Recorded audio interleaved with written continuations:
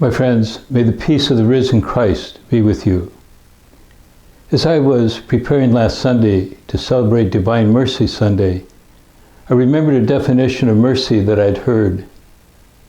Mercy is love in action.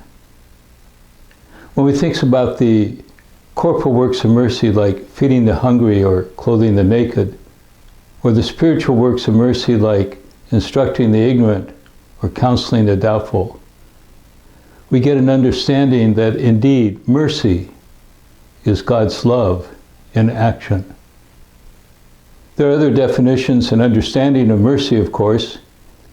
So if a judge does not impose a full sentence upon someone who has done something wrong, it might be said that the judge was merciful.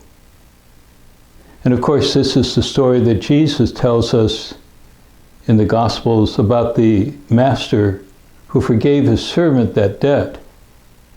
And the master was angry at that servant because in turn, he did not forgive his fellow servant. Mercy needs to begin with an act of forgiveness.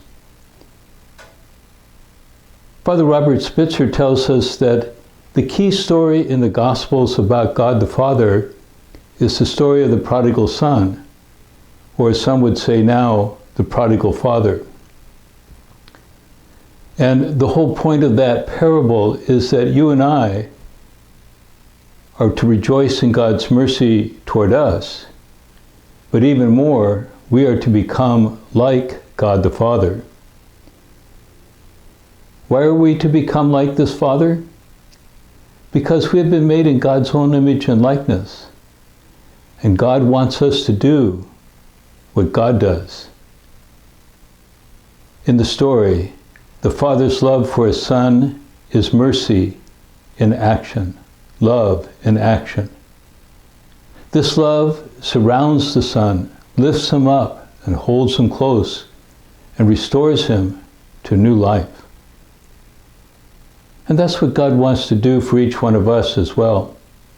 For we too are God's beloved daughter or be God's beloved son. God's mercy is so great that it reaches around us, lifts us up, holds us close, and gives us new life.